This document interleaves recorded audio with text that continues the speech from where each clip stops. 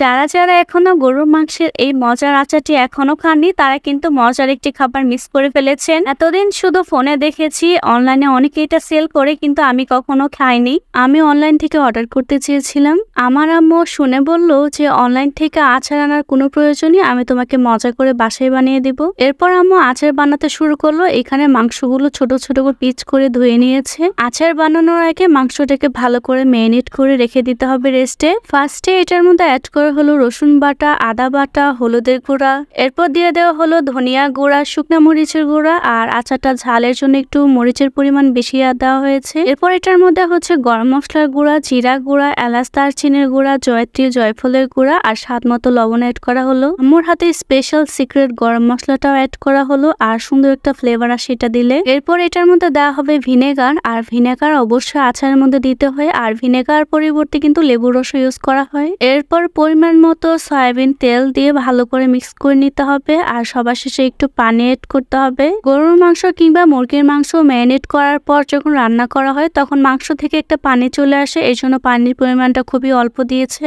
এবারে মাংসটাকে ভালো করে কুক করতে হবে, আর চুলার আঁচটা মিডিয়াম থেকে হাই হিটে দিতে হবে প্রথমে। আজকে সকালে পর থেকে একটু বৃষ্টি চলে এসেছিল, এই জন্য ভাবলাম যে আজকে ট্রাই করা যাক। এরপর হচ্ছে ঢাকনা সরিয়ে ভালো করে নাড়াচাড়া করে দিতে হবে, যাতে সব জায়গায় ভালোভাবে সুন্দরভাবে রান্না হয়ে যায়। আম্মু যখনই বাসায় গরুর মাংস কিংবা মুরগির মাংস কিংবা হাঁসের মাংস রান্না করে তখন সুন্দর একটা স্মেল বের হয়। এরপর আরো কিছুক্ষণ ঢেকে বসিয়ে দেওয়া হবে যাতে সুন্দরভাবে কুক হয়ে যায় মাংসটা।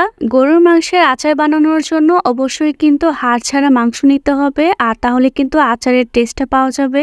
এই আচার নাকি অনেকে অনলাইনে সেল করে, এটা নাকি খুবই মজা। আমিও আনতে চেয়েছিলাম, আম্মু বলেছিল আমাকে নাকি বাসায় বানিয়ে দেবে, এর জন্য আর অর্ডার করা হয়নি। আর দেখেন কত সুন্দরভাবে আম্মু রান্না করছিল এই আচারটি।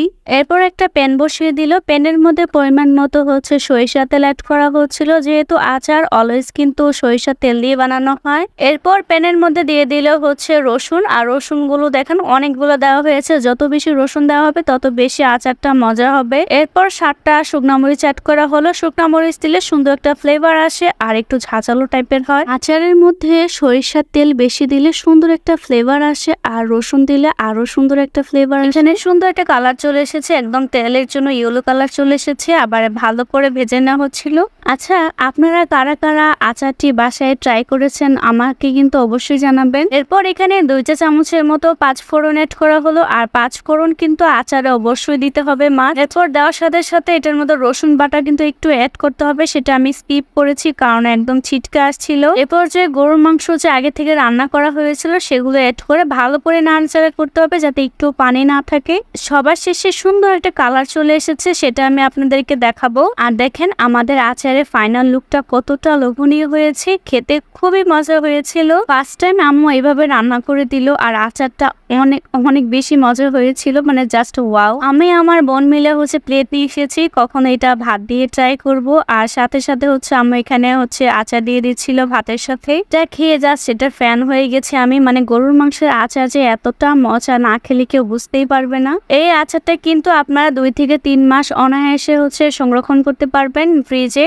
যেহেতু আচারের মধ্যে ভিনেগার অ্যাড করা হয়েছে সেহেতু এই আচারটা অনেকদিন পর্যন্ত সংরক্ষণ করে খাওয়া যাবে। গরম গরম ভাতের সাথে একটু লেবুর রস দিয়ে যে মাংসের আচারটা খেতে কি মজা লাগছিল, মানে আমি ভাষায় প্রকাশ করতে পারছি না। আপনারা একবার হলেও বাসায় এটি ট্রাই করে দেখবেন, মানে এক কথা এটি অসাধারণ একটি খাবার। ভিডিওটি ভালো লাগলে অবশ্যই লাইক কমেন্ট করবেন, আর ভিডিওটি সবাই একটু বেশি বেশি করে শেয়ার করে দিবেন। Thanks for watching, take care and আল্লাহ হাফেজ।